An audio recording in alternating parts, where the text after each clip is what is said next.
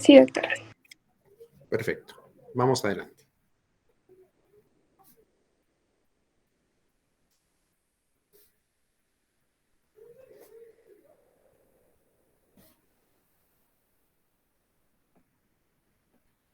Buenas tardes, doctor. Buenas tardes, compañeros. Nosotros vamos a exponer acerca de la cirugía laparoscópica. Siguiente, por favor. Primero hablaremos sobre la historia y desarrollo de la cirugía laparoscópica. Siguiente. Una breve introducción. El desarrollo de la medicina ha devenido en métodos de tratamiento menos agresivos, por lo cual también se abrió el campo esto en el campo de la cirugía. La repercusión que tiene esta en la cirugía en sí, vamos a ver que fue necesario buscar vías por medio de las cuales la intervención al paciente resulte lo menos invasiva y traumática posible. En este empeño surge la cirugía de mínimo acceso, la cual es la forma de abordar el área afectada mediante el menor trauma posible a la biología del paciente. Va a comprender el conjunto de técnicas sirviéndose de instrumental muy específico que evitan total o casi totalmente las lesiones inherentes a la vía de acceso quirúrgico, lo cual reduce bastante la morbilidad operatoria y también el periodo de convalecencia. Y al tiempo se consigue unos resultados superponibles o incluso mejores a lo que se obtienen en la cirugía abierta. La cirugía de mínimo acceso ha devenido una verdadera revolución en la cirugía, especialmente en el campo de la cirugía general, con el advenimiento de la cirugía laparoscópica. Siguiente, por favor. Esto implica un nuevo enfoque en la terapéutica también del paciente quirúrgico y constituye un cambio de paradigma que conlleva modalidades terapéuticas cada vez más complejas. No obstante, ese va a precisar de un alto componente tecnológico de una continua capacitación de los profesionales que la practican. Las bases del desarrollo de la cirugía de mínimo acceso van a surgir en el siglo XIX, pero el término recién se empieza a utilizar en las últimas décadas del pasado siglo. Cuando se produjeron cambios más importantes en la manera de abordar quirúrgicamente al paciente, así como también los cambios tecnológicos que lo sustentaron. La cirugía laparoscópica permite ver la cavidad pélvica y abdominal con ayuda de una lente óptica y se considera un sistema de cirugía de invasión mínima, cuyo objetivo es curar y corregir enfermedades a través de pequeños puertos de accesos. Siguiente, por favor.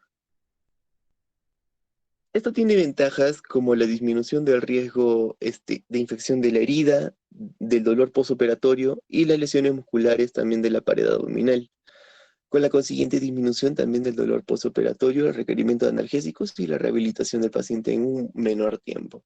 En Cuba se reportó un incremento también en la práctica de la cirugía de mínimo acceso general y de la cirugía laparoscópica en particular. También el conocimiento de la historia de la cirugía laparoscópica constituye un tema imprescindible para el médico general, pues a diferencia de la cirugía general, tiene su más importante desarrollo en las fechas relativamente recientes. Y así, con la motivación de contribuir a la formación médica, adentraremos un poco más en el tema de la historia de la cirugía laparoscópica. Siguiente, por favor. Vamos a tener el desarrollo y antecedentes, orígenes también de la cirugía laparoscópica.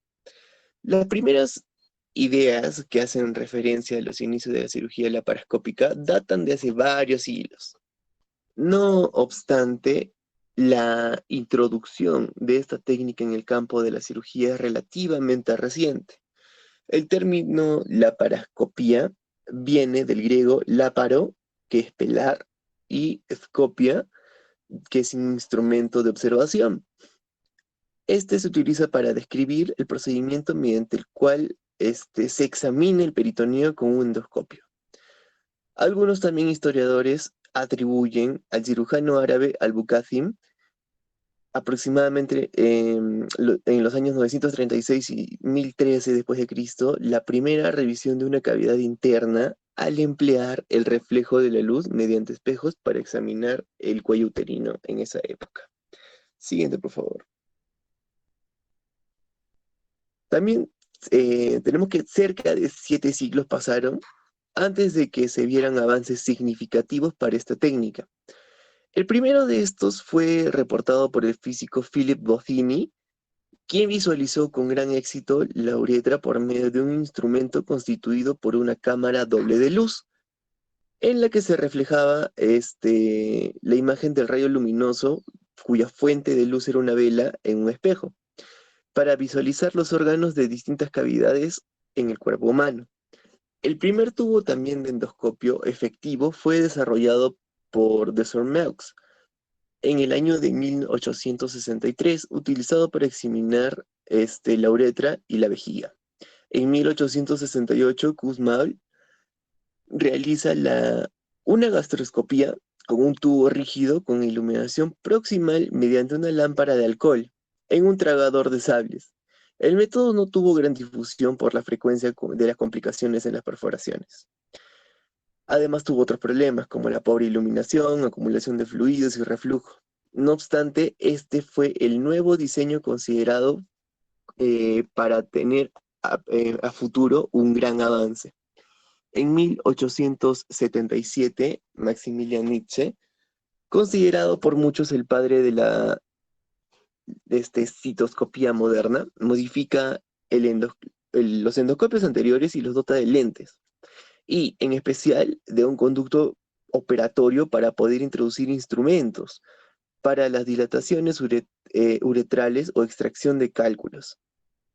También con la invención de la bombilla por Thomas Edison en el año 1880, se adapta una de estas pequeñas bombillas a la punta del instrumento, por lo que el problema en ese caso supone la fuente de luz que comienza a encontrar la solución.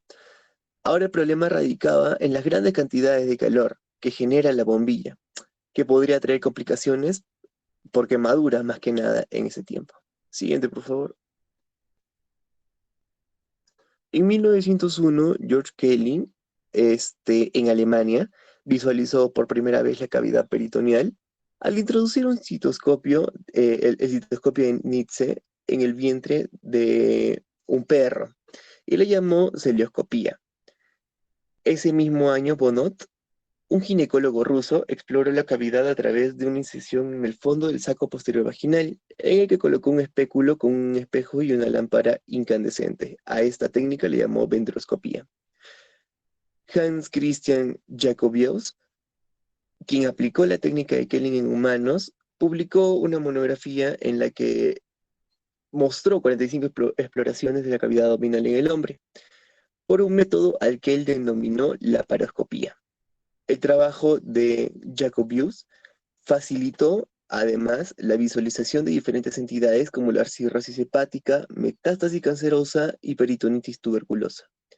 La primera referencia acerca del uso de la técnica laparoscópica en Estados Unidos fue publicada en 1911. Bernheim, quien utilizó una cabeza de lámpara eléctrica con un proctoscopio insertado en el epigastrio para ver el estómago, vesícula y el hígado. Los años posteriores, la laparoscopía fue discutida, tanto en eventos médicos, tanto en eventos como en la literatura médica, pero solo pequeños progresos se hicieron de esta técnica, o la instrumentación o la aplicación clínica. Quizás la más importante de este periodo fue la idea brindada por Zollikofer. ¿Por qué? Él emplea por primera vez el dióxido de carbono como un gas para la realización del procedimiento. En 1938, Janos Beres diseña una aguja traumática para la creación de neumotórax, que posee una vaina externa con una punta de bisel y un estilete interno, romo, que se exterioriza en el momento de penetrar en la cavidad abdominal, con lo que se evita dañar a los órganos internos. Por esta razón fue adoptada inmediatamente para la producción del neumoperitoneo previo a la introducción de los trócares. Finalmente, Kurt Sem ginecólogo de Kiev, describe el insuflador automático. Y en 1966, la realización de procedimientos quirúrgicos bien elaborados, además también de diseñar un gran número de instrumentos de corte, coagulación, ligadura y sutura, para poder llevar a cabo esta cirugía, por lo cual se le considera como el padre de la laparoscopía, y desde ese momento entra de lleno en el campo de la ginecología. En la década de los 30 aparecen también los endoscopios semirrígidos. Los alemanes Schindler y Wolf desarrollaron en 1932 un endoscopio cuya extremidad distal era de goma flexible y la transmisión de imágenes se obtenía a través de numerosas lentes a distancia focal muy corta. Siguiente, por favor. Continuando con la exposición, las primeras acciones quirúrgicas más allá de la exploración laparoscópica simple se le van a atribuir al ginecólogo Raúl Palmer, quien llevó a cabo exploraciones en la pelvis de la mujer y en 1941 publicó la esterilización mediante fulguración. Un nuevo gran paso del avance aparece en 1986, ya que se incorporó la tecnología del video en la endoscopía. Aunque ya los microprocesadores o chips fueron descubiertos desde 1970 por Gilbert Jean, solo hasta este año, 1986, el CCD se introduce en un endoscopio clínico. ¿Y qué es este CCD? Es un chip construido con materiales fotosensibles para captar imágenes, lo cual es el punto clave para la creación de las cámaras que hoy están disponibles. Las imágenes electrónicas obtenidas en los videoendoscopios actuales son de una calidad óptima con una magnificación importante, lo que va a favorecer las maniobras terapéuticas. Por otra parte, la posibilidad de explorar la cavidad abdominal con un laparoscopio al que estuviera acoplado una cámara de video, significó un nuevo punto de referencia para la cirugía, pues permitió que solamente un año después, en 1987, Philippe Mouret, en Francia, realizara la primera colecistectomía videolaparoscópico en el hombre, aunque ya antes esta técnica había sido propuesta por Kreiman en Argentina en 1985, luego de publicar en 1986 un trabajo sobre la colecistectomía laparoscópica en ovejas. Y paralelamente, Muck, en 1986, Alemania, fue el primero quien realizó en el hombre, aún antes de ver la luz de la tecnología del video aplicado en la endoscopía. Siguiente diapositiva, por favor. Luego en 1987, Muret presenta un trabajo sobre la colecistectomía laparoscópica y en el 89 lo hace Dubois y Reddick y Olsen. Estos dos últimos, Reddick y Olsen, mostraron excelentes resultados obtenidos en aproximadamente 200 colecistectomías laparoscópicas, lo que desata el interés en todos los cirujanos generales por este método quirúrgico. El auge que adquiere la cirugía laparoscópica en manos de ginecólogos a partir de los años 60 y de los cirujanos generales desde la década de los 80 hace que también los urólogos vuelvan a la vista, ¿no?, este procedimiento de intervención quirúrgico de la urología. Luego tenemos los primeros intentos de cirugía urológica laparoscópica que comienzan a abordar el riñón por vía retroperitoneal al considerarlo la vía más apropiada. Así, en 1989, Bartlett realiza una retroperitoneoscopía, pero no logró abrir un espacio suficiente de trabajo. Y ya 10 años más tarde, Wickham vuelve a utilizar este retroperitoneo, insufla dióxido de carbono para dilatarlo y efectuar una ureterolisis. Y al final de la década de los 80, en el siglo XX, favorecida por el desarrollo de la tecnología del video y la transmisión de imágenes, se generalizó y se desarrolló ya en todo su esplendor en la cirugía laparoscópica. Siguiente diapositiva, por favor. Luego tenemos a Mac Kernan, que es un cirujano de Estados Unidos, que realiza la primera colecistectomía laparoscópica, y casi al mismo tiempo, el 88, Reddick, junto a Douglas Olsen, opera los primeros casos de cirugía de la vesícula por laparoscopía. Bueno, las nuevas técnicas de sutura, la aparición de un variado instrumental, la imaginación quirúrgica permitieron realizar en el 89 la valvuloplastía de Nissen, la vagotomía según técnica de Taylor y la vagotomía de Hill Baker, entre otras. Y bueno, progresivamente nuevas técnicas de estrecnectomías, recesiones intestinales, cirugías retroperitoneales se han ido sumando a esta lista cada vez mayor y bueno, que parece no tener un límite para los avances tecnológicos. Y bueno, las diferentes especialidades quirúrgicas como la cirugía general, ginecología, urología, comparten el tratamiento quirúrgico del abdomen. Bueno, han adoptado este modo de abordar al paciente quirúrgico ya que ofrece ventajas. Por ejemplo, proporciona mayor abordaje en la cavidad abdominal, disminuye el dolor postoperatorio, reduce la tasa de infección de la herida quirúrgica y las complicaciones sépticas, acorta el tiempo de estancia hospitalaria, disminuye el desarrollo de adherencias y de complicaciones obstructivas, permite la rápida reincorporación a la vida social y laboral, brinda un mejor resultado estético, reduce el costo total de la enfermedad y previene la hernia incisional. Bueno, no obstante de las ventajas, no está exenta de complicaciones, pero lo cual no va a implicar que no sea una técnica segura y fiable, ya que es un método quirúrgico avanzado con resultados similares e incluso mejores que los de la cirugía abierta. Siguiente diapositiva, por favor. En el 2000 surge ya otra aplicación, que es la tecnología robótica de la cirugía, bueno, la tecnología robótica a la cirugía, la cual aporta ventajas a las limitaciones que presenta esta cirugía laparoscópica, como una pérdida de la sensación táctil, limitaciones en la maniobrabilidad, imagen bidimensional, particularmente del instrumental, complejidad de los procedimientos, necesidad de neumoperitoneo.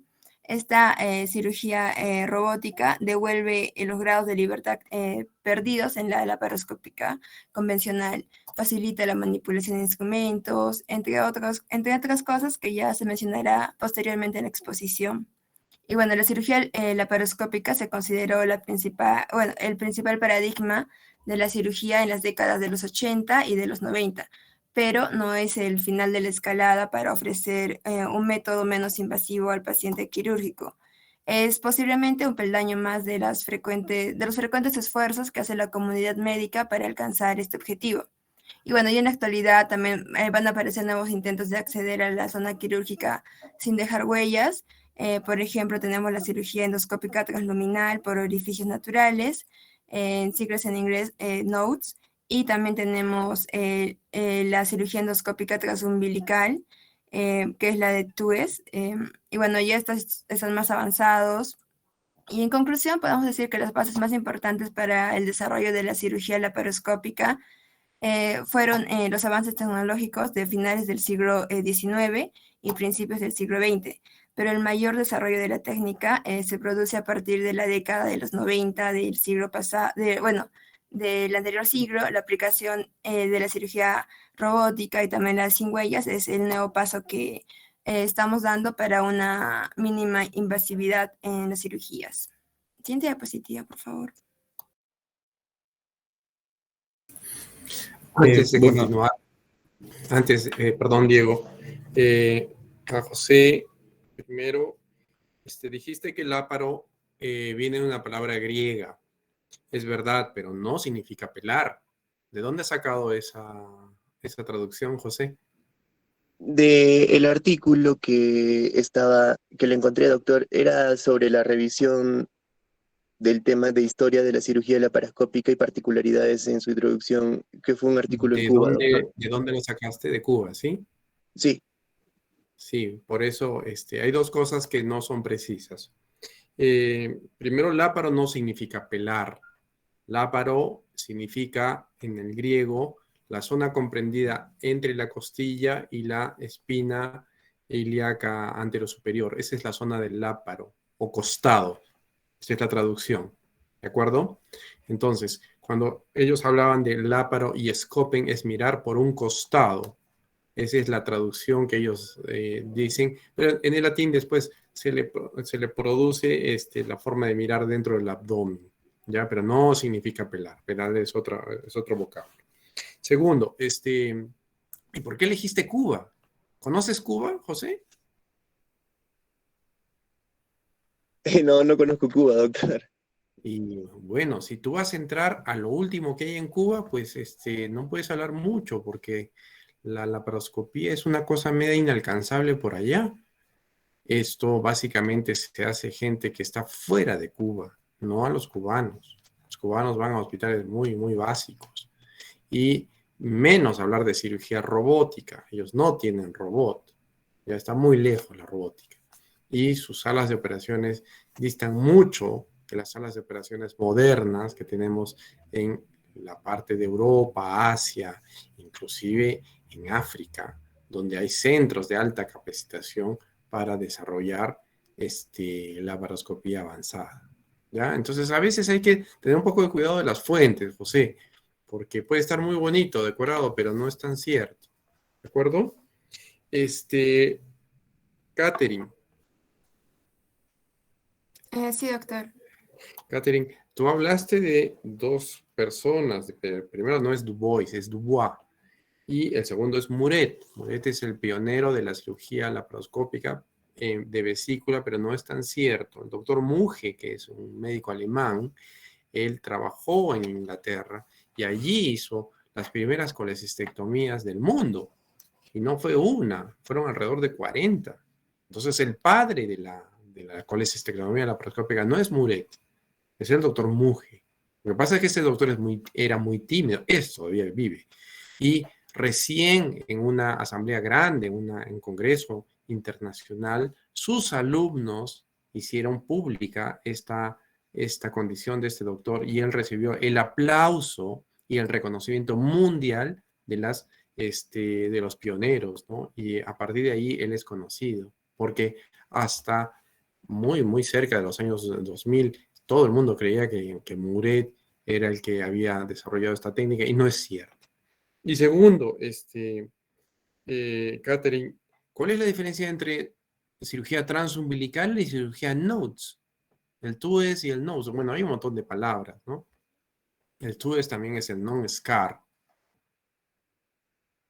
¿Cuál es la diferencia? ¿Has leído algo, Catherine?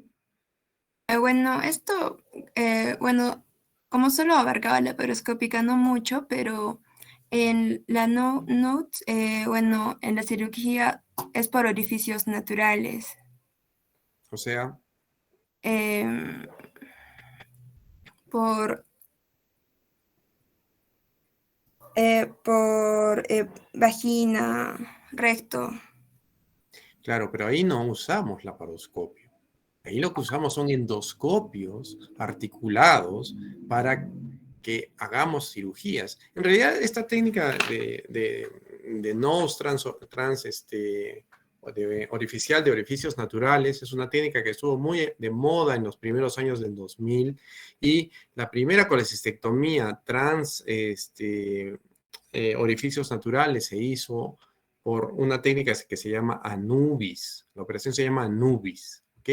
Y esto se hizo, pero se dejó de utilizar. ¿Por qué? Porque para acceder a la cavidad tendrías que perforar un órgano, o perforas vagina, o perforas recto, o perforas estómago. Sacas la vesícula o el apéndice y después tienes que ponerlo en una bolsa, retirarlo con tu endoscopio y cerrar el órgano que has perforado. Por las múltiples complicaciones que hubo, esto se ha dejado de hacer. Ya muy pocos centros tienen estas condiciones para enseñar este tipo de cirugías. Y la otra es la cirugía transumbilical o cirugía de puerto único. Eso es otra cosa. No confundan lo que es NOTES o transorificial con lo que es cirugía de puerto único. Puerto único significa en una sola incisión. ¿Y por dónde? Por el ombligo. Entonces, cuando tú haces una incisión por el ombligo, puedes poner, hay varios dispositivos, por ahí tenía algunos, no sé si está acá, si está acá, se los muestro, por donde por una sola incisión puedes meter las pinzas, hacer tu cirugía y finalmente lo retiras y solamente cierras la cicatriz del ombligo y como es cicatriz no se nota la operación. Entonces por eso se llamaba no scar o non-scar. ¿Ok? Entonces, hay que tener cuidado con lo que estamos hablando y cuando hablemos, para todos, tenemos que saber de lo que estamos hablando, porque si no, chicos, esto de los seminarios, para mí particularmente, es una práctica para lo que son sus exposiciones más adelante. Cuando ustedes van a exponer frente a todo un escenario grande de oyentes, tienen que saber de qué están hablando bien, porque va a haber preguntas y si ustedes no conocen lo que están hablando, no van a quedar bastante bien. ¿Ok? Muy bien, sigamos. Gracias. Bueno, doctor, vamos a continuar con el equipo básico para la laparoscopía. Bueno, podemos diferenciar, clasificarlo en cuanto a instrumental para acceso, donde vamos a tener al neumoinsuflador, a la aguja de Veress y a los trócares. En cuanto al instrumental para la visión, a las fuentes de luz fría, al laparoscopio, a la videocámara, monitor de video, a la fibra óptica y al registro de imágenes. Y en cuanto al instrumental de trabajo vamos a tener a las pinzas, a las tijeras, al instrumento de disección, a las cánulas de aspiración e irrigación. También podemos mencionar las clipadoras, suturas mecánicas, portagujas, separadores y material para la hemostasia, ¿no? Siguiente, por favor. Bueno, en cuanto al instrumental para acceso, podemos hablar del neumoinsuflador, que es un instrumento electrónico que inyecta CO2 en la cavidad abdominal a presión y flujo predeterminado.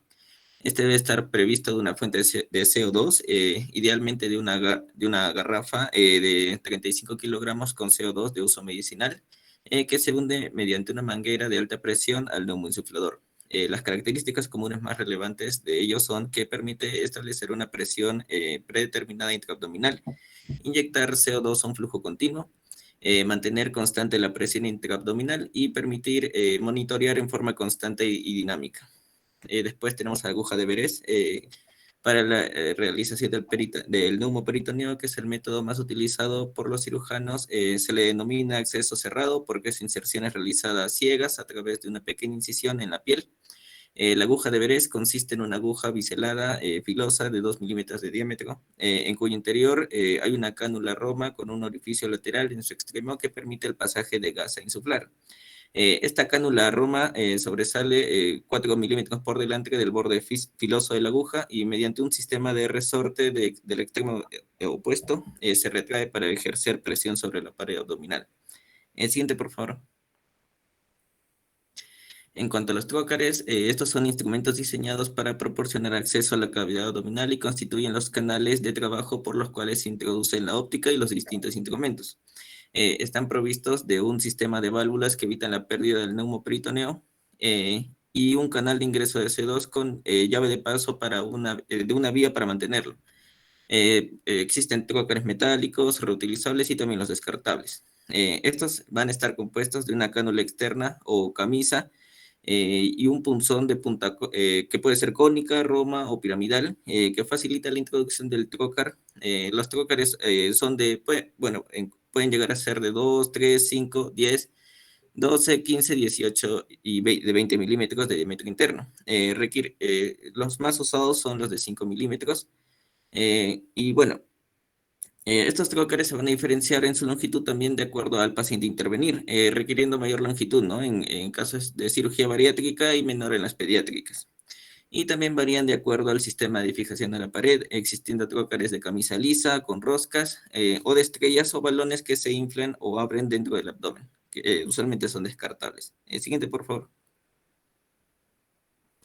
En cuanto al instrumental para la visión, vamos a tener a la fuente de luz fría, que los procedimientos laparoscópicos no requieren una fuente de luz, o sea, una fuente luminosa que proporciona una intensidad de luz dentro de la cavidad abdominal, que permite la visualización de todos los elementos anatómicos sobre los cuales se va a actuar. Existen 3 tipos de fuente de luz. Tenemos la halógena, la de xenón y la luz LED. Las halogenadas son eficaces y económicas. Una buena fuente de luz halógena consta de 2 bombillas de tungsteno halógeno de 250 watts cada una, que logra una temperatura de color de 5000 grados Kelvin, genera una luz levemente amarilla cercana al rango de luz solar de aproximadamente 6000 grados Kelvin y tiene una vida media de 250 horas promedio, ¿no? Y puede ser controlada de forma manual o automática. y al estar conectado a una unidad de video queda controlada por este. La intensidad de luz puede modificarse por otros factores como el diámetro de la óptica o la presencia de sangre en el campo quirúrgico. Los vapores las de vapores metálicos, como por ejemplo las de xenón, con lámparas de 175 y 300 watts, tienen una luz más blanca y una mejor distribución y duración promedio aproximadamente de 600 a 1000 horas. En cuanto a la fibra óptica, la fuente de luz fría se conecta, ¿no?, al laparoscopio. Se va a conectar por medio de esta fibra óptica, que este es un conductor de luz que está constituido por unas de fibras de vidrio, por fenómenos de absorción y de irradiación. La cantidad de luz que se dispone en el extremo de un conductor de fibra de vidrio de aproximadamente 2 milímetros de longitud es de aproximadamente el tercio de la luz inicial. A pesar de ser conductores de luz fría, también es importante tener en cuenta de que estos transmiten calor y eventualmente pueden causar quemaduras. Otro inconveniente es la fragilidad, especialmente a los movimientos de torsión. El siguiente, por favor. Después tenemos al laparoscopio, o también llamado óptica, que representa los ojos del cirujano. La base técnica de este equipo es un sistema de lentes inversor de la imagen real. Es un instrumento tubular de doble camisa que guarda en su interior un sistema de lentes cilíndricos. El sistema consiste en disponer dentro de la camisa central lentes cilíndricas separadas entre sí por cámaras de aire que refractan la luz y mejoran la visión. Delante de cada lente se dispone de una lente pequeña en el ojo de pescado para corregir las torsiones periféricas. Su longitud es aproximadamente de 39 centímetros y en su extremo de acople está dotado de un lente de aumento de 18 por 20 veces, ¿no? Existen distintos tipos de laparoscopios según su diámetro y el ángulo de visión que estos puedan llegar a proporcionar. En cuanto a la cámara de video, una cámara de video para cirugía laparoscópica es uno de los instrumentos más importantes y debe ser de buena calidad, alta resolución, también pequeña y liviana. La cámara está compuesta por dos partes, el videosensor y el dispositivo de acoplamiento para la óptica. En cuanto al videosensor, están contenidos los receptores, ¿no?, fotocelulares que emiten en respuesta a la luz una señal eléctrica que pueda transmitirse hacia un monitor. El siguiente, por favor. En cuanto a los monitores, coexisten en el mercado los monitores de grados médicos con los nuevos televisores de pantallas LED, OLED o QLED. Los monitores de grado médico tienen la ventaja de imágenes más precisas gracias a un mejor manejo de escala de rojos y un mayor brillo que además perdura en el tiempo, pero un costo muy superior a las pantallas en televisión comerciales. Otra ventaja de los monitores de grado médico es que la imagen se puede ver igual desde cualquier ángulo. Y en cuanto al registro de imágenes, en la actualidad, al poder registrar imágenes en los procedimientos, ¿no?, quirúrgicos, resulta ser indispensable, no solo para fines didácticos y académicos, sino también para los médicos legales. Los sistemas modernos HD vienen con un sistema de grabación que puede ser manejado por el cirujano desde el cabezal de la cámara, permitiendo la captura de fotos y videos que pueden ser almacenados en tarjetas de almacenamiento, ¿no? Siguiente, por favor. En cuanto al instrumental de trabajo, vamos a tener las pinzas, donde existen múltiples tipos de pinzas con punta fina, redondeada, rectas o curvas, también con dientes o sin ellos, como por ejemplo las de Kocher o las de Alice, de presión fuerte como las de cocodrilo, o más suaves y atraumáticas como las de Maryland. También tenemos las palmetas que se usan en caso de ginecología y las fenestradas de Babcock para presión de vísceras huecas. Las más usadas son de 5 milímetros y de 36 centímetros de longitud, y la función de estas es exponer el tejido sobre el cual se va a incidir. También tenemos a las tijeras que imitan en sus extremos los diseños de las que se usan, ¿no?, a cielo abierto, por lo que se encuentran en el mercado variedades con punta roma o aguda, con movimiento de una o de dos ramas. También pueden ser rectas o curvas y fuertes y delicadas. Pueden ser conectadas al electrodo positivo del generador monopolar para coagular el tejido y luego cortar. Siguiente, por favor. Después tenemos al hook, que es un electrodo monopolar que tiene su cuerpo cubierto por el material aislante. Su extremo distal o punta metálica se presenta con diverso grado de angulación y dorso romo, lo que posibilita su uso como elemento disector, coagulador y de corte. Los que más se usan son los hooks con punta L o J. La rigidez del cuerpo o del eje debe ser suficiente para evitar que al terminar de cobular o cortar un tejido se pueda dañar las estructuras vecinas, ¿no? En cuanto a la cánula de aspiración o irrigación, esta cándula se puede usar para irrigar, aspirar y limpiar cavidades abdominales durante la laparoscopía. Puede ser útil también como elementos de exposición y tracción. La punta traumática cuenta con orificios de aspiración distales laterales y el mango presenta un sistema de doble paso o mecanismo de trompeta conectado a la bomba de aspiración y frasco de irrigación para usarlos alternativamente.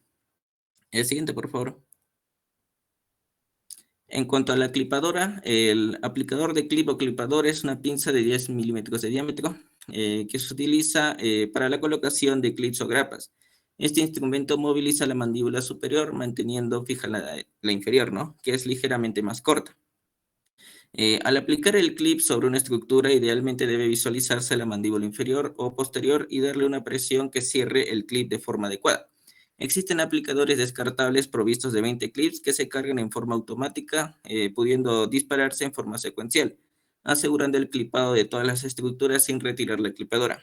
También están disponibles aplicadores para clips reabsorbibles y descartables, ¿no? De 5 milímetros. Y estos clips pueden ser de plata, también de tantalium, de titanium, metálicos o revestidos de polidoxanona. Los más utilizados son de titanio T300 y los T400, que son efectivos para hacer hemostasia de vasos pequeños. Y también tenemos a las grapadoras lineales y circulares, que son instrumentos con los que se puede conseguir diéresis, exéresis, síntesis y hemostasia a la vez. Suturan herméticamente con grapas metálicas o de plástico y facilitan técnicas como ligaduras de vasos grandes, resecciones con sellado del parénquima pulmonar y anastomosis de vísceras huecas. Siguiente, por favor. Y bueno, tenemos a las portaagujas, que es el instrumento adecuado para realizar suturas endocavitarias o intraabdominales. Sirve para tomar las agujas, pasar los puntos, sostener las suturas y apretar los nudos. Es preferible que sean de 3 a 5 milímetros de diámetro. Las ramas de trabajo pueden ser rectas, curvas, y tienen un sistema de rotación del extremo de trabajo para reemplazar más fácilmente la aguja, con diferentes tipos de mangos, también como el castraviejo, los axiales. Algunos incluso están diseñados para la reposición automática de la aguja en un ángulo de 90 grados. Y bueno, tenemos a los separadores, que son los encargados de la retracción de las vísceras para obtener un buen campo operatorio.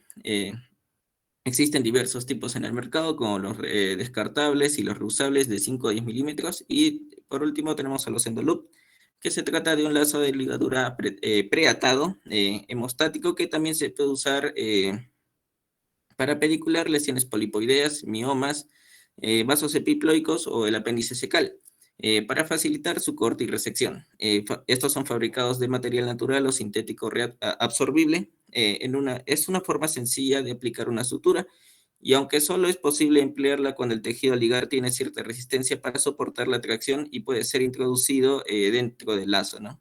Siguiente, por favor.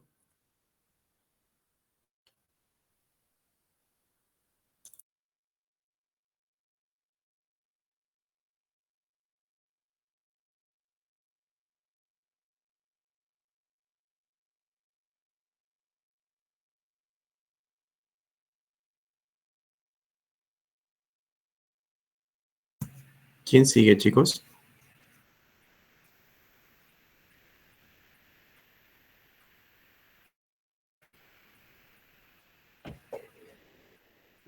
Diego, ¿tú continúas o va a continuar alguien? No, doctor, yo ya acabé mi parte. ¿Quién está ahora?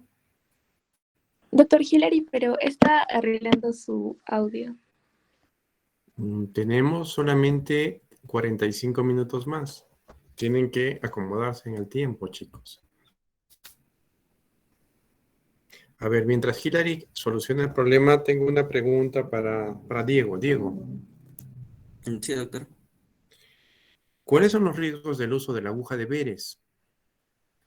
Bueno, o sea, como al ser como al ser, ¿no? Un sistema ciego, puede ser, por ejemplo, me imagino, ¿no? Que puede haber una distensión de las asas intestinales y al no, o sea, podemos, ¿no? Llegar a perforarlas, ¿no? Por ser un sistema prácticamente que es a ciegas. Sí, tú vas a ver en tu internado que muchas veces ya no usamos la aguja de Beres porque las perforaciones son puntiformes. Y ha pasado casos en que las lesiones no se han podido percibir y el paciente ha tenido una perforación intestinal que a los 3, 4, 5 días termina con una peritonitis generalizada por esto. Entonces, ¿qué se hace? En el tema de los trócares, hay unos trócares que tienen visión. Entonces podemos meter la cámara en el momento que ingresemos el trócare y podemos ir viendo qué tejidos estamos abriendo y con eso podemos tener un poco más de seguridad. Y la otra ventaja es que cuando entramos un trócar para una cámara estándar, que son de 10 milímetros, si perforamos algo lo vamos a ver porque es una perforación grande. Se ve mucho esto en pacientes que están operados antes con otras cirugías y los intestinos pueden estar pegados a la pared abdominal. Por eso antes era una contraindicación cirugías antiguas, ahora no lo es. Y finalmente, ¿sabes dónde es el punto de Palmer? No, no, doctor, no. No, Es no un lo sé. punto que usa la aguja de Beres, que es un punto como el punto de Murphy, pero para el otro lado, para el lado izquierdo.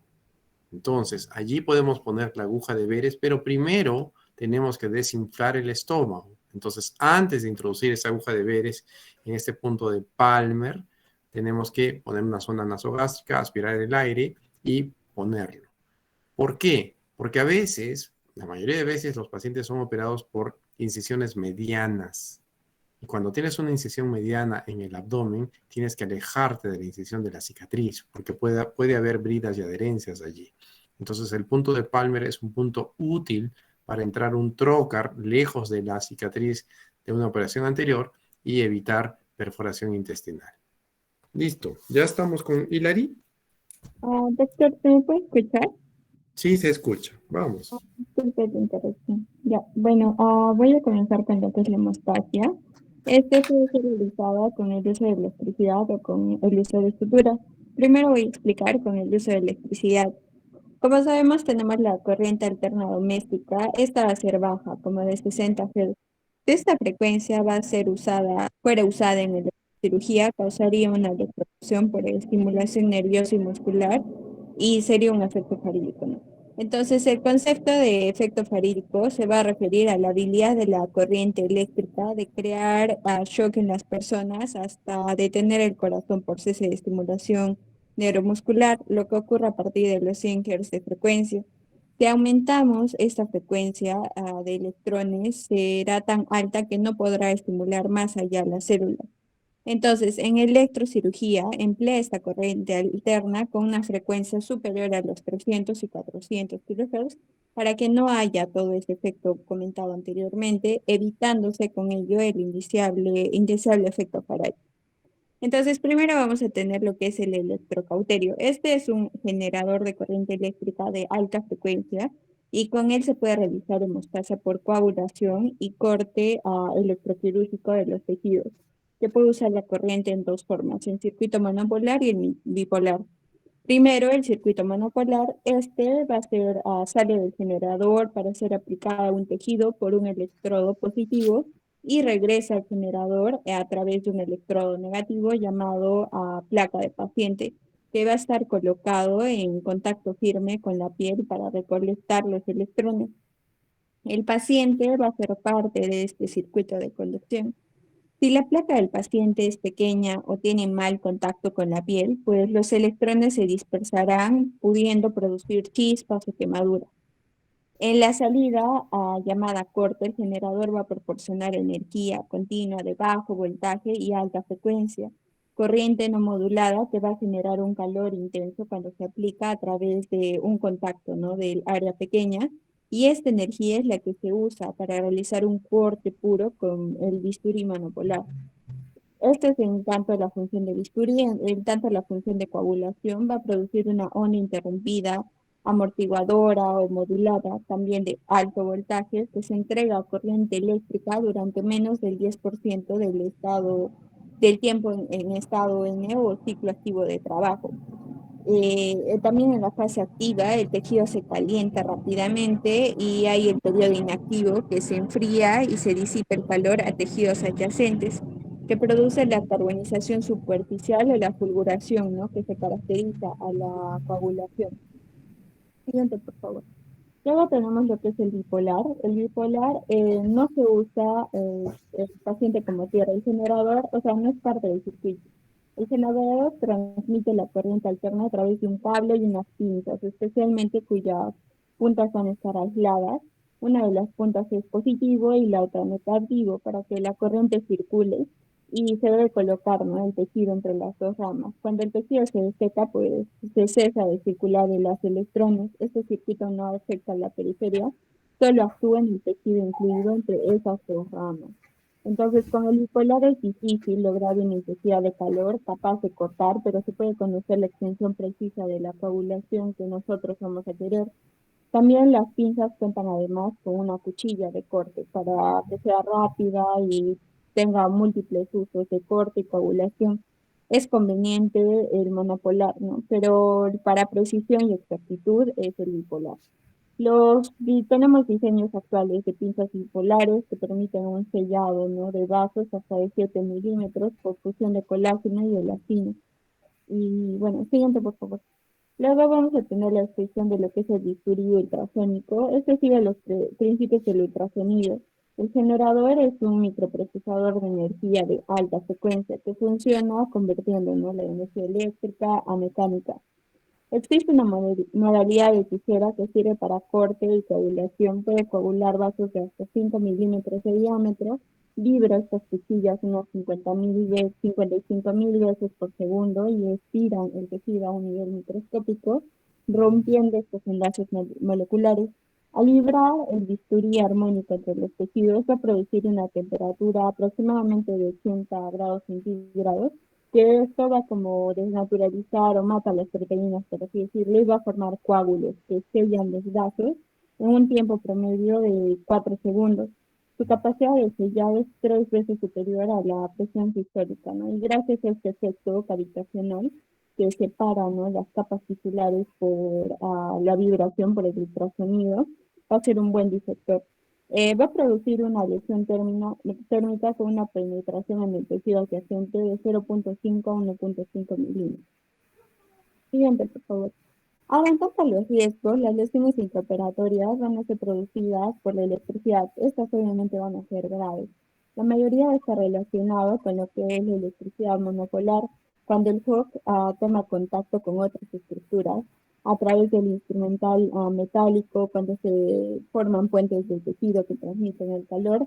También pueden producirse unas chispas intraabdominales y con mucha intensidad de corriente. Van a también lesiones, ¿no?, por equipos defectuosos o por intento de coagular áreas demasiado amplias. Siguiente, por favor. Entonces, ahora hablando sobre los accesos. Primero es sobre el acceso para la cirugía laparoscópica convencional. El primer trocar se instala generalmente en el ombligo. Para eso se realiza una incisión radial en el fondo del ombligo. Previa a transacción de la pared hacia arriba, se hace una presión suave y permanente con movimiento rotatorio de la mano hasta sentir la activación del sistema de protección que tienen los trócares. Luego se retira el mandril, trócaro, punzón y se comprueba la salida del gas, confirmando su correcta posición, y posteriormente se colocan los trócares necesarios según la operación. Siguiente, por favor. Ahora el acceso cerrado con la aguja de Beret. Se realiza una pequeña incisión con la hoja de bisturí número 15 en el fondo del ombligo. Se amplía la incisión con una pinza Jelly. Se coloca la aguja de Beret en dicho corte y se eleva la pared abdominal tomándolo con las manos por arriba y por debajo del ombligo. Una vez elevado el abdomen, la aguja se introduce siguiendo mediante el tacto, oído y vista dos elevaciones del mecanismo de protección de la aguja, y estas elevaciones de resorte de la aguja se deben a la perforación de la aponeurosis del ombligo y la penetración al peritoneo. Tenemos que verificar una adecuada colocación con una sensación de suavidad y libertad de la punta de la aguja. También el paso de la solución fisiológica sin dificultad, a no obtener ningún tipo de líquido al aspirar la aguja, a retirar el émbolo de la jeringa con solución fisiológica debe pasar libremente la cavidad abdominal y al conectar la aguja con el tubo insuflador de dióxido de carbono se debe demostrar una presión al menos de 5 milímetros de mercurio. A las complicaciones, pues puede haber complicaciones al introducción insuficiente de la aguja, lesión de vasos de la pared abdominal o de una víscera sólida, perforación de una víscera hueca, punción de piplon, lesión de vasos y órganos retroperitoneales, lesión del tracto urinario. Las ventajas va a ser un amplio uso, va a ser estandarizada y se realiza en zona anatómicamente segura. Y desventajas es el uso de dos instrumentos para realizar la entrada frente a una técnica ciega. Siguiente, por favor. En tanto, vamos a hablar sobre el acceso abierto, la técnica de Hasson, que esta consiste en realizar una incisión con bisturí en la región infraumbilical de 3 centímetros de longitud hasta el peritoneo y se hace una apertura de 1 centímetro. En este último se colocan puntos de reparo en los bordes que servirán para fijar el trocar y cerrar la brecha peritoneal. De ser necesario, se introduce el dedo para liberar posibles adherencias. A continuación, se coloca el trocar de Hasson, que tiene un dispositivo cónico que queda como que encastrado, ¿no?, en la mini laparotomía para impedir la fuga de gas. Se fija la cánula con puntos en aponeurosis y se inicia, ¿no?, el neumoperitoneo. Bueno, en tanto a las ventajas, se evita un proceso de ciego, tiene un menor riesgo teórico de lesión vascular, de hernia, junto con un rápido reconocimiento de la lesión. Y en desventajas, pues tenemos, es una técnica más compleja, mayor tiempo, cicatriza, la cicatriz es de mayores dimensiones, tiene mayor riesgo de sangrado, de infección y tiene un aumento de lesiones intestinales, aumento en fugas del dióxido de carbono. Y bueno, tenemos también la técnica de Cursim, que es una incisión en el ombligo y aponeurosis sin abrir el peritoneo. Se introduce el trocar de 10 milímetros junto al laparoscopio dentro del trocar para así poder visualizar posibles adherencias. Se penetra el laparoscopio y el trocar bajo visión directa y una tracción de pared evitando lesiones a vísceras.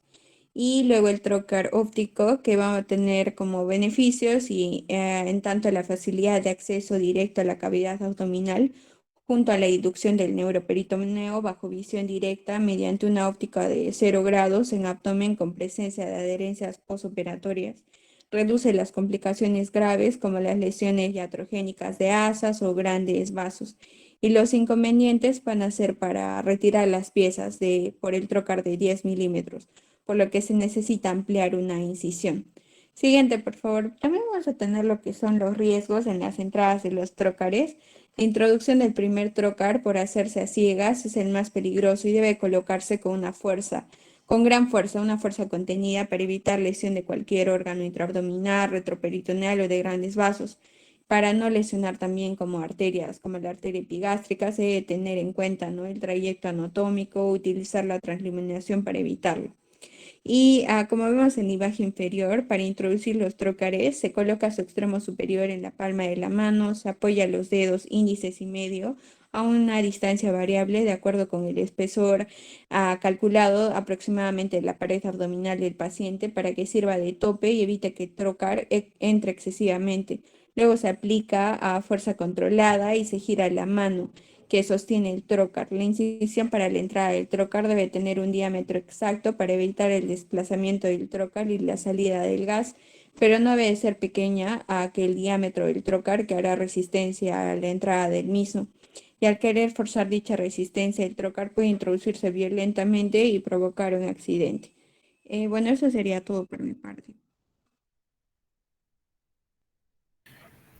Muy bien, Hilary. Una pregunta solamente. ¿De qué depende poner dentro del abdomen presión alta o presión baja de neumoperitoneo?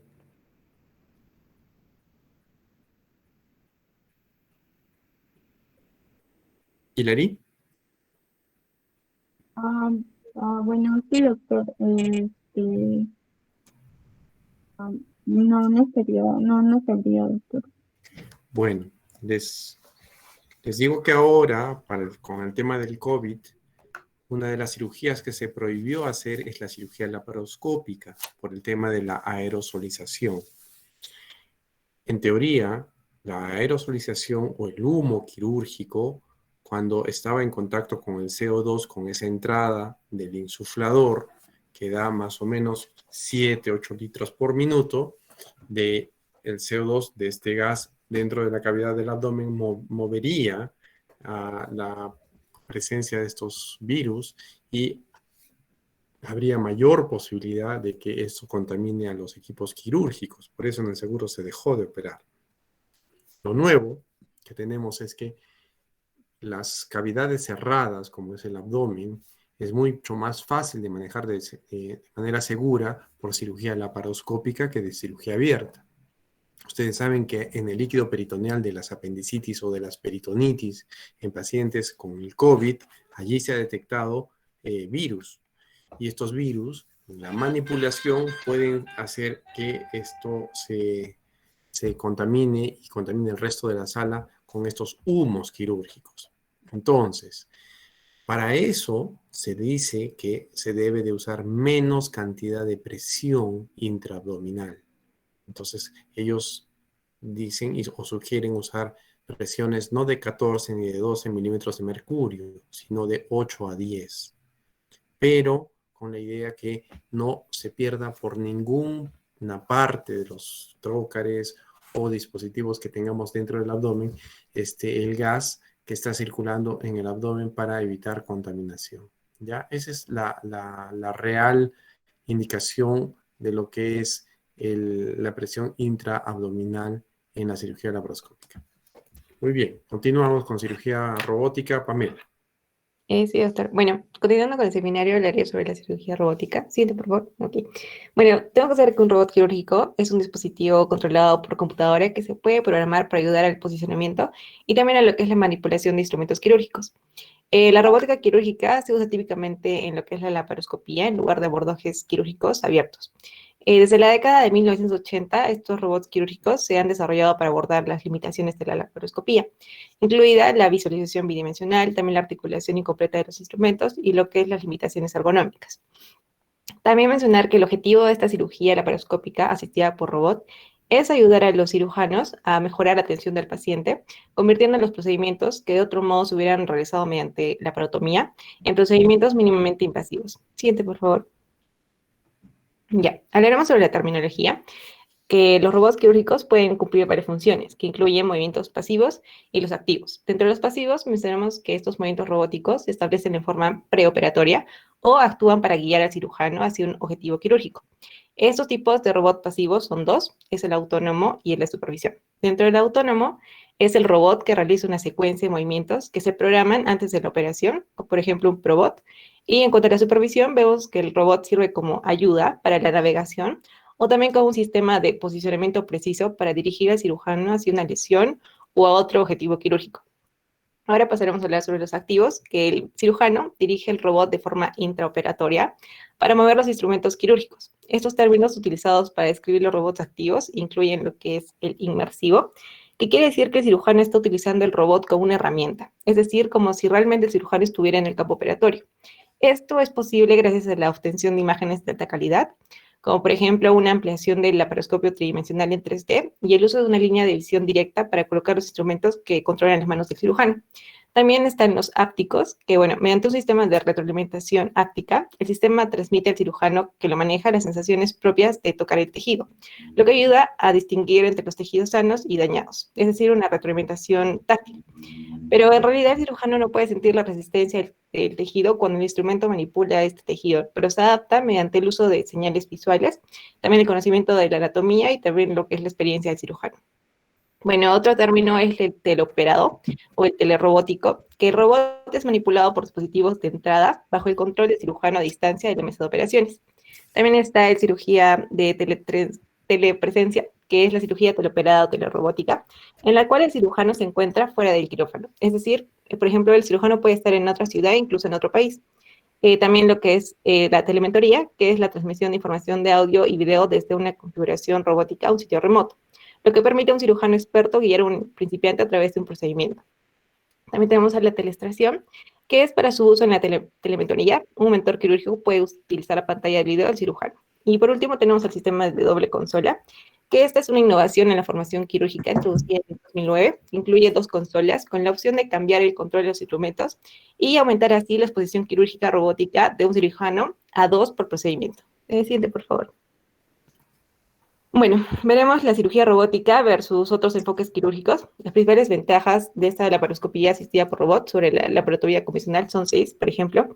Tenemos una visualización superior, donde la laparoscopía convencional proporciona imágenes bidimensionales del campo operatorio, a diferencia del robótico, que ofrece una visión en 3D, al mismo tiempo que permite un rápido acercamiento y una panorámica de la cámara. Otra ventaja son las mejores mecánicas. Es decir, por ejemplo, si un paciente es obeso, se aplica más torque a un instrumento y los instrumentos rígidos de menor calibre, como por ejemplo los laparoscopios, pueden fracturarse. En cambio, los instrumentos robóticos tienen menos probabilidades de romperse, por lo que muchos cirujanos prefieren este tipo de laparoscopía por robot en pacientes obesos. Esto se debe a que todos los instrumentos robóticos tienen 8 milímetros de ancho y están unidos a los brazos robóticos, que a su vez esos se encuentran unidos a las cánulas robóticas. Bueno, además, al igual que el brazo y la mano humana, los instrumentos robóticos tienen 7 grados de libertad, lo que permite un movimiento similar a la muñeca que facilita la sutura, especialmente para los aprendices. Otra ventaja es que, bueno, hay una estabilización de los instrumentos dentro del campo quirúrgico. Es decir, en la laparoscopía convencional, los pequeños movimientos del cirujano se amplifican, incluidos los errores o el temblor de la mano. En cambio, en este tipo de cirugía por robot, una ventaja es que minimiza el temblor del cirujano.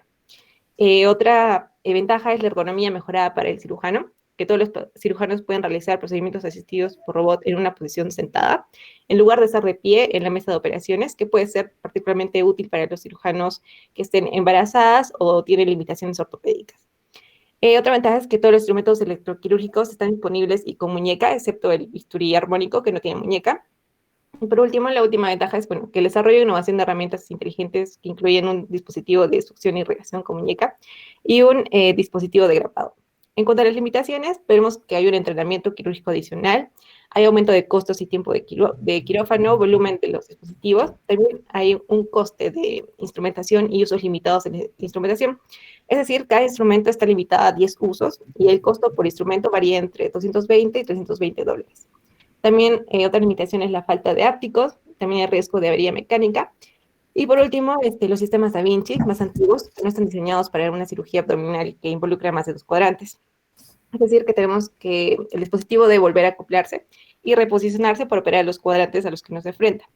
Los modelos más nuevos de Da Vinci, más nuevos y costosos, no necesitan volver a acoplarse para operar en cuadrantes opuestos. Siguiente, por favor. Bien, ahora hablaremos sobre los dispositivos robóticos, que bueno, hay 3 robots funcionales activos disponibles. Primero es el soporte de cámara robótica y los sistemas quirúrgicos telerobóticos inmersivos de Da Vinci y de Shinhans. Bueno, empezaremos con el titular de la cámara robótica, que mantiene y controla la cámara laparoscópica. Se introdujo inicialmente con un interruptor en el pie del cirujano y más tarde se modificó para responder a los comandos de voz con un vocabulario de 23 palabras. Sin embargo, este sistema quirúrgico ya no se usa comúnmente. También tenemos el sistema Vicky, que ofrece control de visión del laparoscopio y asistencia motorizada controlada por voz, que elimina la necesidad de un asistente quirúrgico para colocar la cámara u otras herramientas endoscópicas. También tenemos el sistema quirúrgico telerobótico inmersivo, que bueno, la cirugía que utiliza ese sistema la realiza un cirujano sentado en una consola alejada del campo operatorio. Aquí el equipo quirúrgico vemos que el sistema más utilizado es el de Da Vinci, y el equipo para esto incluye lo que es una consola del cirujano, donde vemos que está la pantalla del video inmersa en 3D, también controles de manos y pies y el asiento. Este tiene un sistema de software maestro mediante el cual el cirujano dirige el movimiento de los brazos robóticos. También está el carro de equipo, donde está la cámara, la fuente de luz, los dispositivos de energía, como por ejemplo el electrocauterio. Siguiente, por favor. Y también vemos el carro quirúrgico, que bueno, que tiene 3 o 4 brazos robóticos e instrumentos laparoscópicos de 7 grados. Siguiente, por favor. Ya, ahora hablaremos sobre los procedimientos operativos, que bueno, inicialmente el paciente se coloca y se prepara de manera similar a una laparoscopía convencional. Mediante el acceso laparoscópico, antes de acoplar el robot, puede ser apropiado utilizar un laparoscopio convencional para explorar lo que es todo el abdomen. En algunas circunstancias se puede utilizar la laparoscopía convencional para liberar adherencias o movilizar el intestino para permitir los puertos necesarios para el robot. Ahora veremos en qué puntos posicionaremos los puertos para realizar la cirugía. Bueno, en la abdominal superior, en la línea media de 12 milímetros, estará el puerto del laparoscopio. La colocación es al menos 20 centímetros superior a la sínfisis púbica y al menos de 8 a 10 centímetros superior al fondo uterino. La otra es el abdomen inferior lateral de 8 milímetros, que aquí estarán los puertos de accesorios robóticos, dos puertos colocados bilateralmente, uno inferior y el otro a 8 a 12 centímetros laterales al puerto del laparoscopio. Por último, tenemos el abdomen superior lateral de 8 a 10 milímetros, que estará en el puerto accesorio convencional, es decir, para succión, irrigación, introducción de suturas y también lo que es la extracción de muestras. Que estos están colocados en el lado izquierdo o derecho del paciente, superior y medial al puerto de accesorios robóticos ipsilaterales. Bueno, los brazos robóticos se unen a estos puertos y después de este punto, la mesa de operaciones ya no se mueve. Durante la cirugía, los asistentes se colocan al lado del paciente y cambian los instrumentos. Siguiente, por favor. Bueno, también tenemos que la torre del robot que tienen los brazos robóticos se ha colocado tradicionalmente entre las piernas del paciente, es decir, acoplado centralmente. Algunos modelos de robot se pueden acoplar también lateralmente, lo que permite el libre acceso al cuadrante abdominal inferior y a las estructuras pélvicas.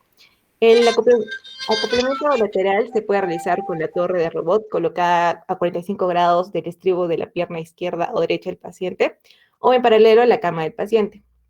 También mencionar que el sistema Da Vinci tiene una arquitectura de brazos por encima de la cabeza que puede posicionar al cirujano acceso anatómico desde prácticamente cualquier posición.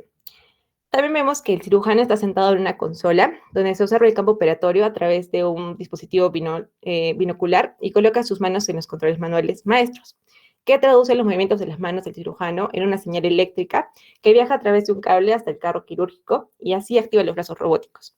Bueno, estos manuales maestros se pueden modificar para ajustar la relación de movimiento de la mano del cirujano a los brazos robóticos. Es decir, una escala de movimiento, ¿no? Bueno, por ejemplo, una relación de 3:1 permite que por cada 3 centímetros de movimiento del cirujano, solo 1 centímetro de movimiento por parte del robot, del brazo robótico. Otra modificación maestra ajusta la velocidad a la que se mueven los instrumentos.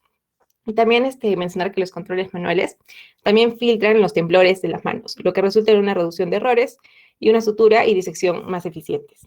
Los brazos robóticos ubicados en el campo quirúrgico están unidos a los instrumentos quirúrgicos a través de un adaptador de instrumentos robóticos.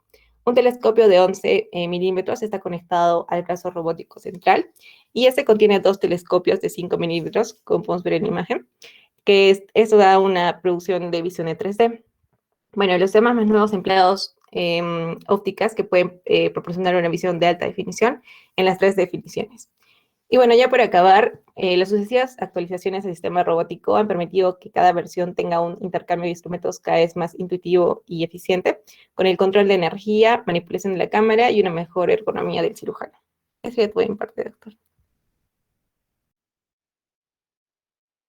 Ya, doctor. Ahora vamos a continuar con lo que es la laparoscopía experimental. Y para empezar, lo que es la laparoscopía experimental es una disciplina que emplea animales de experimentación para desarrollar investigaciones quirúrgicas o también tiene otra aplicación en las actividades docentes, tanto en pre como en posgrado. Bueno, hay que comentar que el progreso de la cirugía a lo largo de su desarrollo está íntimamente ligado a lo que es la cirugía experimental, con la creación de nuevas técnicas y métodos quirúrgicos realizados en animales, estudiando en forma experimental las bases fisiopatológicas de las operaciones quirúrgicas, y actualmente se han establecido que la aplicación de estos nuevos métodos quirúrgicos en la práctica humana es posible solamente si hay una profunda demostración experimental de su eficacia. Entonces, luego el siguiente punto era la bioética, y uno de los factores más discutidos sobre lo que es la cirugía experimental era el dolor y el sufrimiento de los animales, que, bueno, al inicio tenían una justificación, dado que antiguamente se pensaba que ellos no lo sentían. Sin embargo, con la evolución, a través del tiempo, se ha puesto este argumento, y especialmente en el siglo XX ha adquirido mayor importancia el tema de lo que es la protección animal, y se han aprobado leyes para evitar esta crueldad, ¿no? Evitar la crueldad en los animales. Y bueno, luego tenemos de que, por ejemplo, la eutanasia a veces es necesaria al final del protocolo o antes para eliminar el dolor y estrés que de alguna u otra forma no podría ser aliviado con analgésicos, sedantes u otros tratamientos. Y bueno, se planteó lo que es una propuesta de las 3 Rs, que es la reducción, el refinanciamiento y el reemplazo. Reducir se refiere al número de ejemplares animales utilizados en cada experimento. Refinar las técnicas de experimentación de modo que sea posible evitar dolor y el sufrimiento innecesario para los fines del ensayo científico, y reemplazar el uso de animales vertebrados vivos y conscientes por otros métodos como pueden ser biológicos u otros que vamos a ver posteriormente. Bueno, luego tendríamos que mencionar la función. Hemos dicho que tienen dos funciones principales. La primera va a ser la investigación. En cuanto a la investigación, estos modelos experimentales nos van a permitir la aceptación o el rechazo de una hipótesis, siendo de vital importancia su planeación y elaboración cuidadosa, siguiendo en forma meticulosa la técnica, ¿no? Los argumentos que apoyan el uso de animales en ciertas investigaciones sugieren que los sistemas in vitro no pueden simular o reproducir las situaciones encontradas en vivo. Además, estos modelos a menudo no pueden imitar el complejo cuerpo humano o animal. Y en cuanto a lo que es la docencia, todas las innovaciones hechas en la educación quirúrgica tienen como objetivo perfeccionar o minimizar los errores al realizar procedimientos en pacientes reales. Esta técnica manual se adquiere con la práctica e implica torpeza al inicio, que debe corregirse mediante el ejercicio repetitivo. Además, en lo que es cirugía experimental, se plantean nuevas técnicas quirúrgicas que se pueden diseñar, modificar o mejorar las herramientas para realizarlas, así como el instrumental quirúrgico y el material de sutura, y facilita la comprensión de los procedimientos, tanto diagnósticos como terapéuticos. Los modelos de entrenamiento en animales vivos tienen como principal ventaja su alta fidelidad, presentando incluso lo que van a ser los movimientos respiratorios, el sangrado, y puede realizarse procedimientos múltiples y completos. Pero también, como hemos dicho, se han estado evaluando lo que van a ser otros métodos alternativos a la cirugía experimental, y en el momento actual no es posible la sustitución total de estas técnicas. Sin embargo, hay algunas medidas que se podrían plantear, como lo que es evitar repeticiones de experimentos o ajustar el tamaño de la muestra, utilizando el mínimo número de animales posibles que nos aporten información válida. También se puede utilizar algunos métodos alternativos, que podría ser, por ejemplo, los métodos de simulación, que es algo que vamos a revisar después, las técnicas in vitro o los sistemas bioquímicos. Bueno, entonces algo interesante sobre nuevas técnicas de laparoscopía experimental podría ser lo que es la simulación laparoscópica. La simulación laparoscópica va a ser, es una herramienta complementaria de aprendizaje en cirugía. Se va a entrenar en un ambiente que es seguro, controlado y estandarizado, sin comprometer la seguridad del paciente. La fidelidad de estos métodos son bastante aceptables. Sin embargo, a veces se refiere que no son tan buenos como el que referimos en animales. Y como desventaja es que estos equipos son costosos, o sea, tiene un costo elevado inicial. Sin embargo, es posible reutilizarlos, ¿no? O sea, la posibilidad de reutilización con un escaso costo adicional a largo plazo. Y bueno, dentro de las ventajas de lo que es la simulación laparoscópica, podemos ver que la adquisición de habilidades específicas, la posibilidad de prácticas repetidas y de bajo costo para evaluar el desempeño, el entrenamiento sin riesgos en un ambiente que hemos dicho que es controlado, estandarizado, practicando a solas o con un operador. Luego también se puede simular escenarios con diversos grados de dificultad y proveer un buen feedback, debido a que algunos de estos simuladores tienen software que nos van a dar información sobre lo que es la precisión de los movimientos efectuados. Y bueno, los dispositivos de entrenamiento laparoscópico, que van a ser conocidos como los simuladores, permiten que los cirujanos mejoren lo que es la percepción de la profundidad, la destreza bimanual, el tiempo de realización de las actividades, habilidades relacionadas con la eficacia y el manejo de los tejidos. Estas habilidades necesarias para la realización de un procedimiento laparoscópico se pueden desarrollar con cualquier tipo de simulador, aunque actualmente hay algunos simuladores virtuales especializados que serían, digamos, los últimos, ¿no? En cuanto a la arquitectura general de un simulador, básicamente todos tienen una arquitectura similar, no importa si son físicos, virtuales o robotizados. Lo que se tiene es un sistema oculto para el cirujano que simula al paciente, y un par de interfaces que son como pinzas laparoscópicas, un sistema de visualización que le muestra al cirujano lo que está realizando y un conjunto de ejercicios que van a ser útiles para su entrenamiento. Luego también hay lo que son las interfaces ápticas, que es como vemos en la imagen. Este es un simulador virtual de cirugía que permite aprender el manejo de las herramientas quirúrgicas y es bastante realista, igual que con un simulador físico. Para estas se utilizan interfaces ápticas, que son dispositivos bidireccionales que van a transmitir los movimientos realizados por el usuario al mundo virtual y le permite a este sentir las fuerzas del contacto generado con los sujetos. Y bueno, en cuanto a la simulación, también tendríamos que decir que todos los simuladores lo que buscan va a ser mejorar las destrezas quirúrgicas de los practicantes y adquirir habilidades básicas en la laparoscopía. Algunos se enfocan en uno o varios escenarios y otros son más simuladores específicos. Entonces, en un artículo que leí mencionaba que había simuladores para el entrenamiento de habilidades básicas, que son los más comunes. Hay otros simuladores que son de habilidades básicas y algunos modelos de cirugía en el software y algunos que recrean algún tipo de cirugía en particular. Y eso sería todo, doctor. Bueno, aquí lo que podríamos mostrar es un cuadro que habla sobre los tipos de simulación en lo que es la experimentación. Nicole, tenemos que cortarlo allí porque estamos en poco tiempo. Quedan solamente un espacio de 8 minutos para tus dos compañeros. Sí, doctor. Vamos, Sandra. Sí, doctor. Bueno, siguiente diapositiva, por favor. Bueno, primero vamos a hablar un poco de que ya sabemos, ¿no?, que la laparoscopía se va a realizar por incisiones pequeñas, a través de la cual se va a introducir la cámara y los instrumentos. Pero estas tienen desventajas que básicamente son que hay una limitación en lo que es la percepción visual y la parte táctil. Y además que la instrumentación, que son lo que son los trocares, ¿no?, va a anular en gran medida lo que es la percepción del tacto. Básicamente, por lo que es la percepción del tacto, es que va a nacer en respuesta a lo que es la realidad aumentada. Y esta es la que, este es un pequeño, en el gráfico de la derecha nos habla de que, por ejemplo, estos procesos de entrenamiento se han hecho desde hace mucho tiempo, practicando en cadáveres, luego en modelos artificiales, y luego aparecieron los simuladores de software con realidad virtual. Estos se encargan de realizar y de crear un ambiente en su mayoría virtual, como vemos en la imagen, ¿no? Se está operando una rodilla y todo es por vía virtual. Esto tenía una flexibilidad y automatización en cuanto a lo que son los escenarios, los instrumentos, ¿no? Pero siempre hay una desventaja, que era que había pobre realismo. Entonces, en respuesta a esto, nace lo que es la realidad aumentada, que básicamente va a ser la mezcla de los escenarios reales con objetos virtuales, ¿no? El fin es que se sobrepongan imágenes en 3D sobre las imágenes de la cámara. Podemos observar, ¿no?, en la imagen de la izquierda, en la parte inferior, que se está realizando una operación en la zona del hipocondrio derecho, ¿no?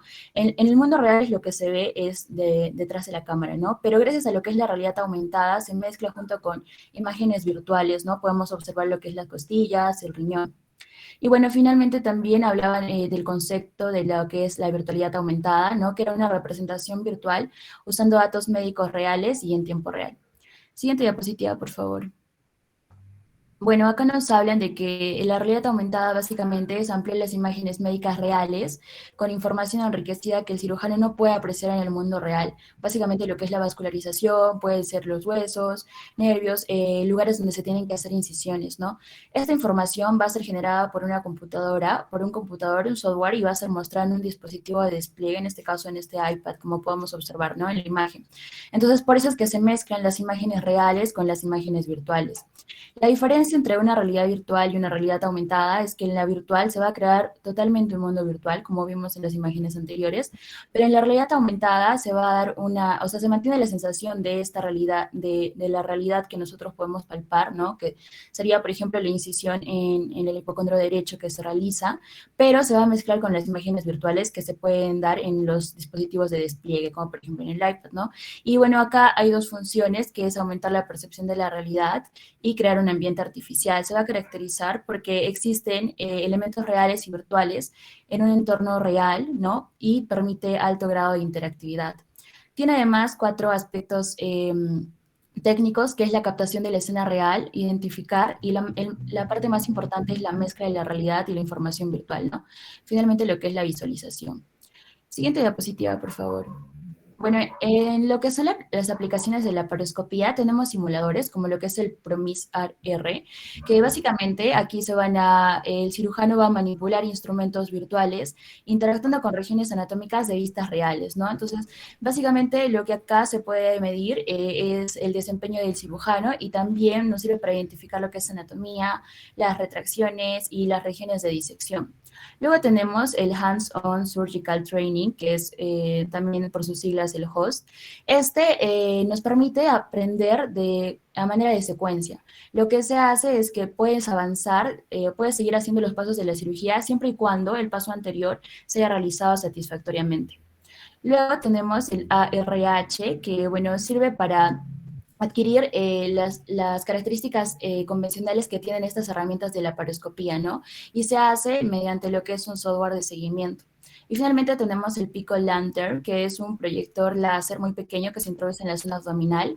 Va a permanecer ahí durante toda la operación y sirve para que tengamos imágenes en 3D y se aumente lo que es el volumen. Siguiente diapositiva, por favor.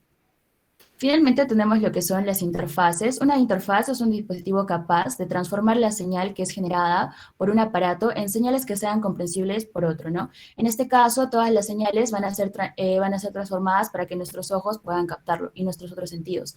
Tenemos acá lo que es el see-through, que básicamente lo que hacen es reflexión de imágenes virtuales por una cantidad de espejos ubicados al frente de los ojos. Bueno, acá también mencionaban lo que es el Google Glass, que son estos especie de como lentes que se utilizaban también con lo que es el BIPAR, que básicamente servía para cirugías remotas.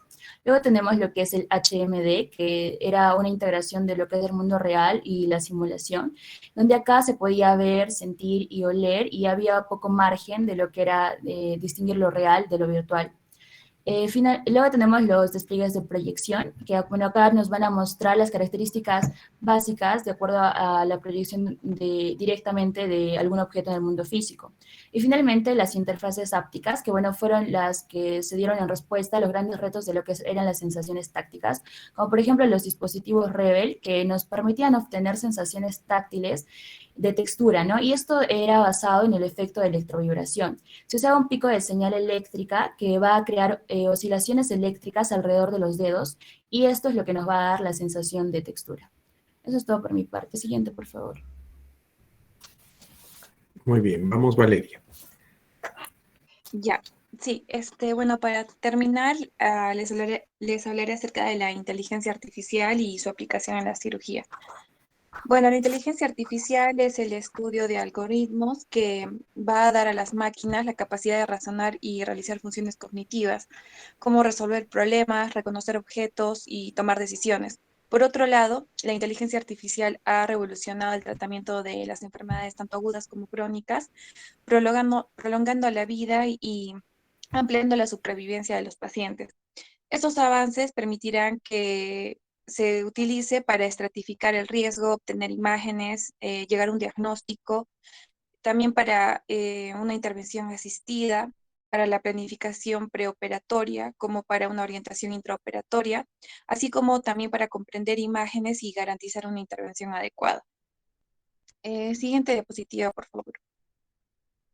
Bueno, encontramos lo que es el aprendizaje automático, que va a permitir que las máquinas aprendan y hagan predicciones reconociendo patrones. Aquí encontramos lo que es el aprendizaje supervisado y el aprendizaje no supervisado. El supervisado va a ser útil para el uso de algoritmos de aprendizaje automático y predecir un resultado, mientras que el aprendizaje no supervisado va a ser útil para buscar patrones dentro de los datos. Por ejemplo, en la imagen tenemos el aprendizaje supervisado y el aprendizaje no supervisado. Entonces, en el aprendizaje supervisado, los datos etiquetados por humanos van a enviar un algoritmo de aprendizaje automático para enseñarle a la computadora una función, por ejemplo, reconocer una vesícula biliar en una imagen o detectar una complicación.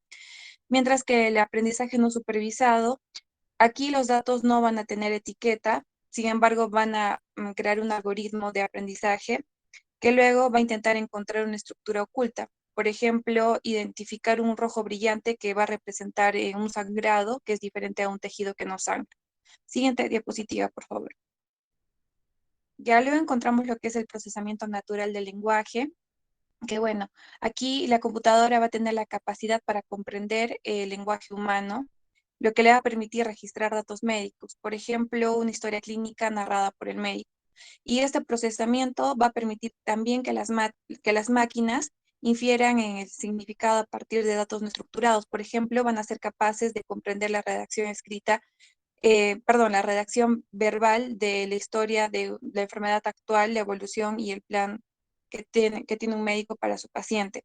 Y también se ha utilizado para detectar eventos adversos y complicaciones posoperatorias. Y en pacientes quirúrgicos se ha utilizado para identificar palabras y frases en informes quirúrgicos y notas de evolución que predijeron una alteración anastomótica después de una resección colorectal. Siguiente diapositiva. Ya, luego están las redes neuronales artificiales.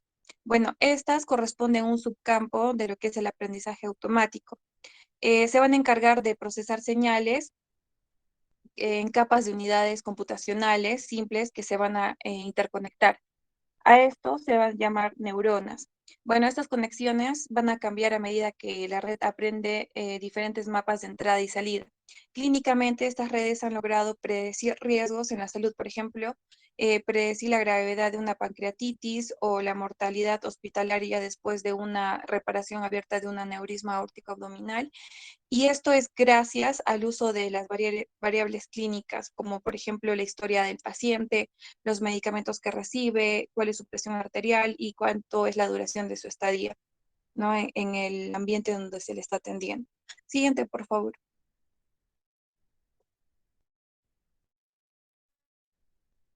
Ya.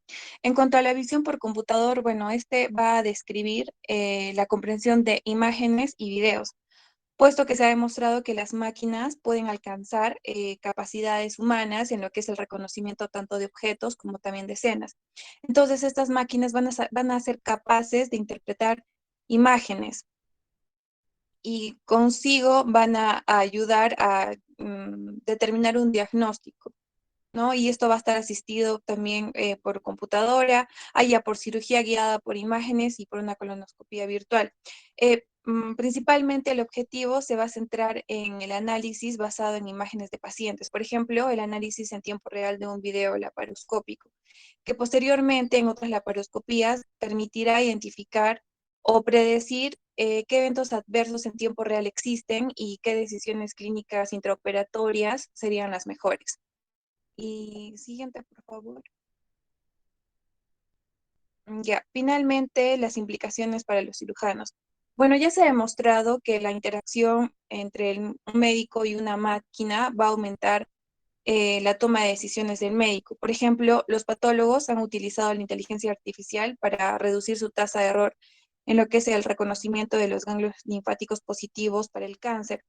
Además, al permitir una mejor identificación de los pacientes de alto riesgo, la inteligencia artificial puede ayudar a los cirujanos y a los radiólogos a reducir la tasa de tumorectomías en un 30% en pacientes cuyas biopsias con aguja de mama se consideran lesiones de alto riesgo, pero que en última instancia son benignas después de una decisión quirúrgica. También es probable que en un futuro el cirujano vea que la inteligencia artificial sea útil y exacta. Por ejemplo, antes de una operación, un paciente sometido a evaluación para una cirugía bariátrica, gracias a la inteligencia artificial ya tendría registrado su peso, glucosa, su presión arterial, su pulso, ¿no? Y esto nos va a indicar si el paciente tiene riesgo de sufrir alguna complicación, lo que le va a llevar al médico a tomar otra decisión más específica para este paciente.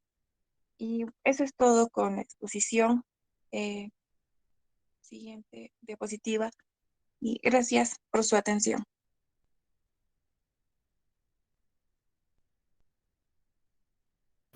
Algunas precisiones finales con algunos conceptos que han vertido sus compañeros. La cirugía robótica sí es una tecnología que está en desarrollo y que todos estamos en expectativa de lo que va a pasar. Se está desarrollando mucho la cirugía de robots y de nanorobots, pensando en los viajes espaciales y la asistencia lejana de medicina a personas que van muy lejos y que no tienen pues un hospital cerca, estaciones espaciales, etcétera.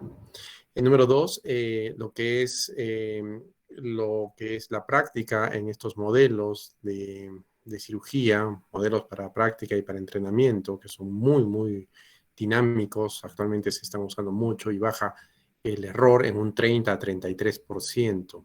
La nueva enseñanza que de la cirugía para el futuro, para ustedes y lo que venga después va a ser básicamente modelos de entrenamiento ya tecnológicos con asistencia de preceptores o proctors que les van a ayudar a hacer los trabajos de disección, identificación, cirugía, etcétera, y que puedan hacerlo, aprenderlo bien y repetirlo ya con los pacientes. Antiguamente no hacíamos eso, aprendíamos a operar con los pacientes y eso no está permitido ahora, no es ético. Número tres, la realidad aumentada nos ayuda a que no solamente ver mejor, sino que podemos interactuar a lo que viene lo nuevo, que es la cirugía guiada por imágenes, la cirugía percutánea, la cirugía endoscópica, la radiología intervencionista, que podemos hacer drenajes de abscesos a través de agujas, pero con realidad aumentada que nos permite llegar a los sitios sin hacer una incisión en el cuerpo de los pacientes, como se hacía el siglo pasado.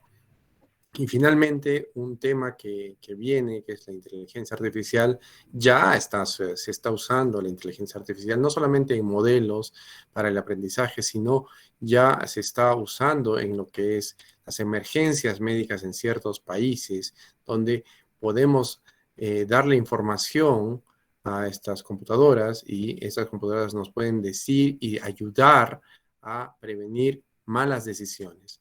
¿Ya? Los hospitales, todos los hospitales de emergencias en el mundo, tengo el reporte del hospital de Seattle en Estados Unidos, tiene 23% de error cuando no se usa la inteligencia artificial. La inteligencia artificial finalmente es que una colección de datos que se van a procesar y frente a un paciente que tenga un politrauma, va a tomar las mejores decisiones o nos va a sugerir las mejores decisiones para que podamos hacer una mejor cirugía y poder tener una cirugía de rescate probablemente para estos pacientes. Muy bien, felicito al grupo, estamos en hora creo, y les agradezco todo. Por favor, este seminario hay que colgarlo en la página para que todos puedan verlo y estudiarlo también para el examen. Muchas gracias. A usted, Hasta doctor. luego, Doctor, hasta gracias. luego. Gracias, doctor. Hasta luego.